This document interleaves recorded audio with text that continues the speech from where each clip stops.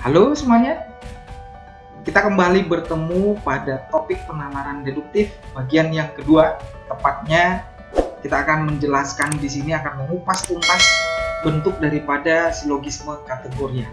Ya, nah jadi sebelumnya pada penarikan kesimpulan penalaran deduktif yang pertama kita sudah munculkan di sana ada 12 rumus yang bisa menjadi acuan buat teman-teman untuk menjawab soal-soal yang seperti ini. Oke? Nah, kali ini kita akan menekankan tentang silogisme kategorial. Nah, berdasarkan letak daripada premis menengahnya, ya, ini nanti ada disajikan 4 bentuk atau tata letak daripada premis menengahnya, seperti yang sudah saya buatkan di sini. Nah, ini yang akan kita bahas pada silogisme kategorial.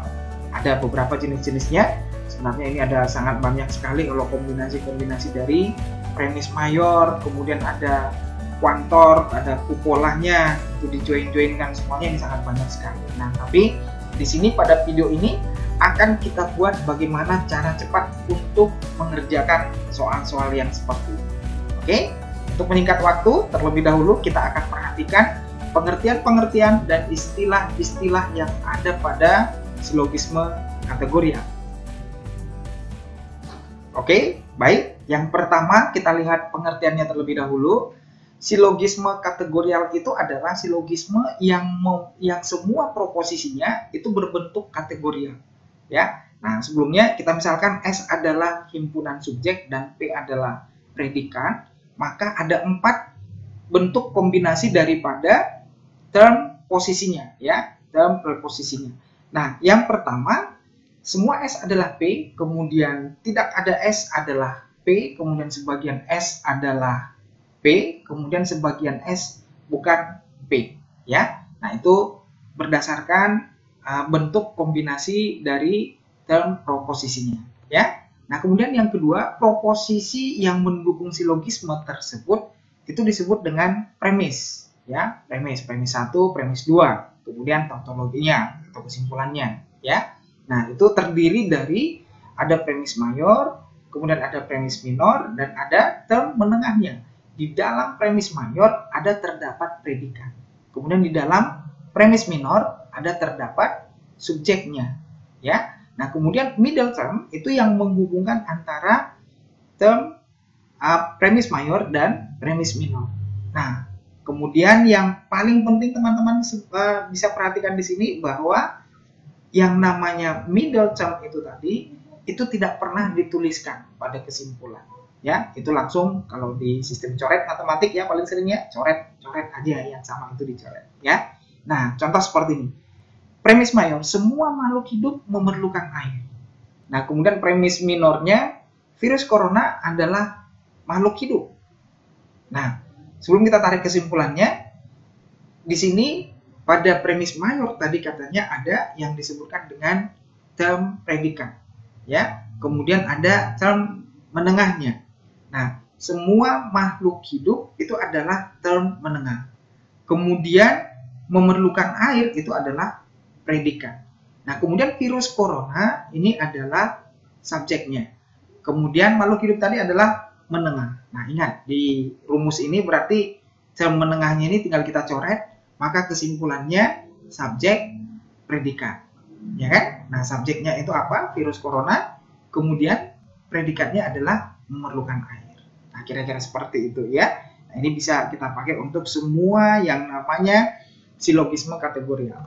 Nah, kemudian yang berikut, proposisi adalah pernyataan yang terdiri dari 2 term, yaitu subjek dan predikat yang dapat dinilai benar atau salah, tapi tidak kedua-duanya, dan tidak boleh ibaratnya proposisinya itu bernilai setengah benar atau setengah salah, itu nggak ada, ya. Nah, benar salahnya proposisi tergantung pada hal yang dibicarakan. Jika membicarakan tentang benda alamiah, maka kebenarannya adalah harus sesuai dengan kenyataan, itu menurut teori daripada korespondensi.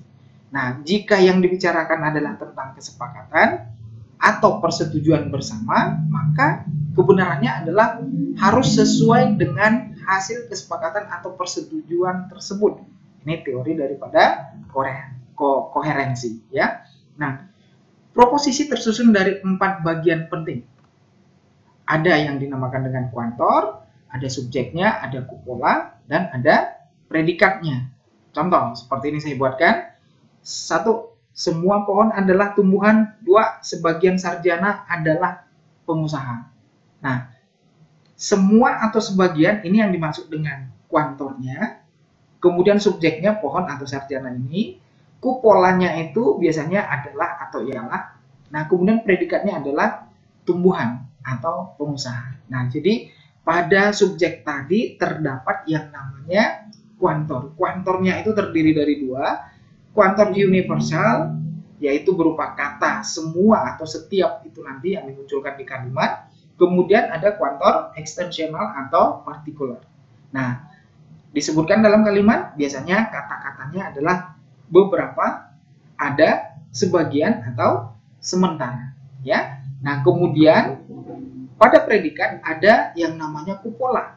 Kupola itu bersifat mengiyakan, itu disebut dengan afirmatif atau mendukung, ya, mendukung. Nah, biasanya kata penghubungnya itu adalah atau ialah, gitu ya. Nah, kemudian kalau dia kupolanya bersifat negatif atau negasi, menidakkan. Nah, di sini ada kata-katanya yang sering dipakai bukan atau tidak, ya, kira-kira seperti itu. Nah, ini istilahnya. Kemudian saya sebutkan di sini sebagai tip atau trik untuk mengerjakan soalnya. Yang pertama, kenali bentuk dasar dari silogisme kategorialnya. Silogisme kategorial itu terdiri dari 3 bagian. Nah, yang pertama tadi yang sudah saya jelaskan, yaitu ada premis mayornya, ada premis minornya, ada term menengah. Dan ingat, ini sekali lagi bahwa di middle term, ya, middle term-nya itu tidak akan pernah dituliskan pada kesimpulan, ya.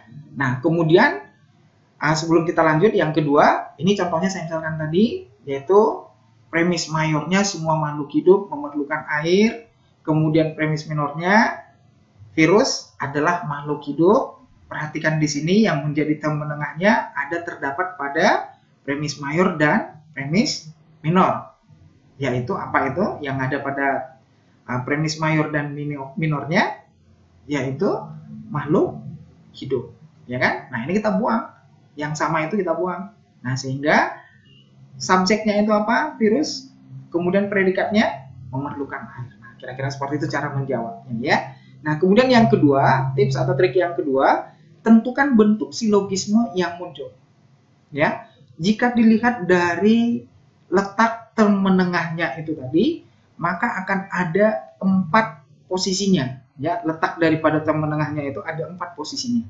Ya. Nah, semua letak posisi daripada term menengah ini tadi, ya, untuk menarik kesimpulannya, kalau sudah dituliskan dalam bentuk rumus-rumus seperti ini, maka term menengahnya itu tadi kesimpulannya tidak akan muncul di kesimpulan, berarti bisa kita coret. Nah, ini tinggal coret-coret aja ini. Kalau sudah kita munculkan contohnya seperti ini, ya kan?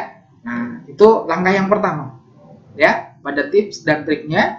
Kemudian cara cepatnya, ini memang harus teman-teman hafalkan ini, kuasai, ya.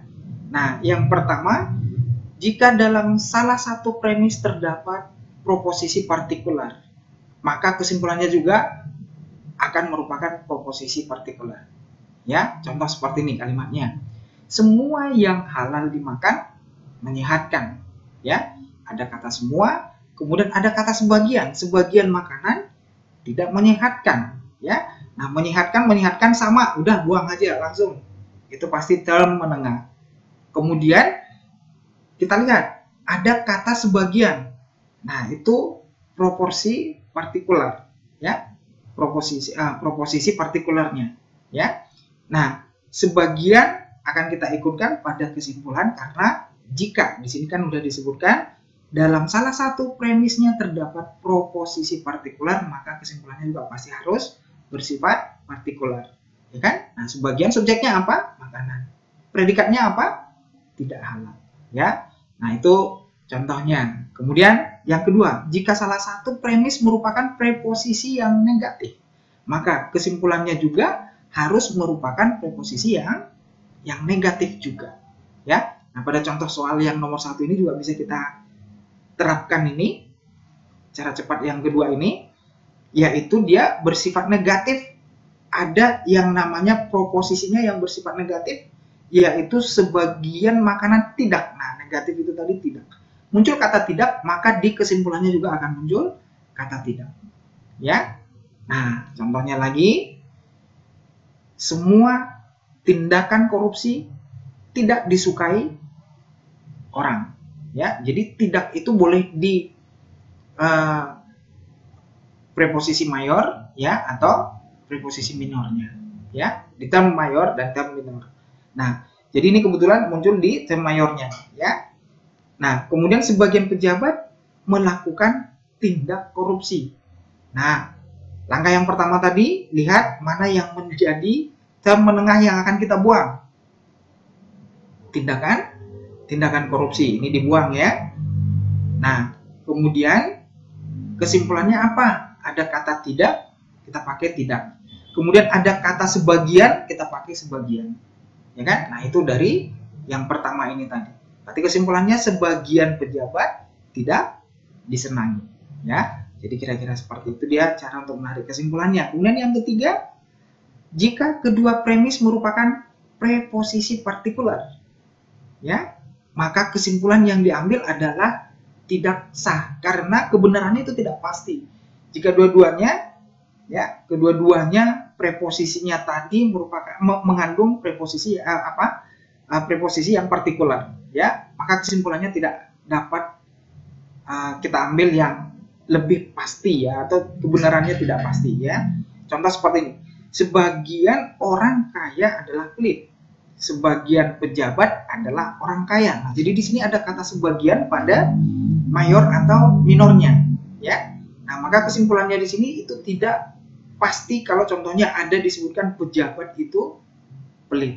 Nah, sebagian pejabat pelit atau semua pejabat pelit atau sebagian yang pelit adalah pejabat. Nah, itu tidak pasti ya. Tidak bisa kita ambil kesimpulannya seperti itu. Itu yang dimaksudkan di sini. Oke, kita lanjut dengan yang keempat. Di sini disebutkan jika premis merupakan proposisi yang negatif, ya. Jika kedua premis merupakan proposisi yang negatif, maka tidak dapat diambil kesimpulannya. Nah, ini contohnya kita misalkan seperti ini, ya. Nah, tidak ada maling yang mau ditangkap. Arko tidak maling, maka kesimpulannya tidak dapat diambil kesimpulannya, ya. Ini tidak dapat kita ambil kesimpulan karena kedua-duanya merupakan proposisi yang negatif. Nah, kemudian yang kelima, term predikat pada kesimpulan itu harus konsisten dengan term predikat yang ada pada premisnya. Jika tidak, kesimpulan itu akan salah. Ya. Nah, contoh, Kamboja adalah bunga. Mawar bukan Kamboja. Mawar bukan bunga. Nah, itu dia buat kesimpulannya. Nah, kesimpulan ini salah. Kenapa kesimpulan ini salah? Karena pada premis mayor ini bunga yang menjadi predikat di sini bermakna positif. Sedangkan pada kesimpulan bunga dibuat di sini bermakna negatif. Bukan, ya. Bukan itu negatif, ya. Nah, jadi ini nggak konsisten. Berarti penarikan kesimpulannya adalah penarikan kesimpulan yang salah. Nah, kemudian yang keenam, term penengah harus bermakna tunggal, baik di dalam premis mayor ataupun minor. Jika term menengahnya bermakna ganda, maka kesimpulannya nanti akan salah, ya. Nah, contoh seperti ini. Bulan merupakan benda langit. April adalah bulan. Nah, jadi bulan di sini dimaksud bermakna ganda, ya. Nah, jadi ini jelas-jelas tidak dapat diambil kesimpulan, atau kalau dia buat kesimpulannya April adalah benda langit, kesimpulan itu adalah kesimpulan yang salah, ya. Nah, kemudian yang ketujuh, jika salah satu premisnya adalah proposisi partikular, sebagian atau ada, ya kan? Nah, itu yang salah satunya. Kemudian yang kedua merupakan proposisi yang negatif. Maka kesimpulannya apa coba? Tidak dapat ditarik kesimpulan. Nah, ini kebetulan layarnya tidak cukup. Nanti bisa dilihat contoh soalnya pada latihan yang sudah saya buatkan di sini. Dan ini menerjemahkannya nggak sulit ya, untuk yang ketujuh. Nah, ini ada soal-soal latihan yang sudah saya buatkan. Dalam soal latihan yang sudah saya buatkan ada 10 soal ini teman-teman. Kalian coba kerjakan dulu dengan menggunakan rumus-rumus yang tadi. Saya jamin ini akan menjadi sangat mudah. Ya, jadi coba dikerjakan dulu. Nah, ini ada 10 soal. 5 soal pertama di halaman pertama ini. Kemudian yang berikut, ini soal yang berikut. Ya, 5 soal lagi. Nah, mudah-mudahan dengan kalian kerjakan latihannya ini, nanti teman-teman bisa menerapkan rumus-rumus yang sudah saya terangkan tadi. Ya, teman-teman, mudah-mudahan nanti bisa lancar ya mengerjakannya ya. Oke, tetap semangat, diulang-ulang, nanti akan bisa menjadi lebih cepat untuk mengerjakan soal-soal tentang penarikan kesimpulan atau penalaran deduktif ini. Kemudian sampai bertemu kembali di video yang berikutnya, akan kita bahaskan contoh soal yang lebih banyak. Ini sekedar hanya membahas soal-soal aja. Kita akan munculkan 12 rumus yang di video pertama dan rumus-rumus silogisme kategorial yang kita bahaskan pada video yang kedua ini. Oke, salam sukses, be the winner.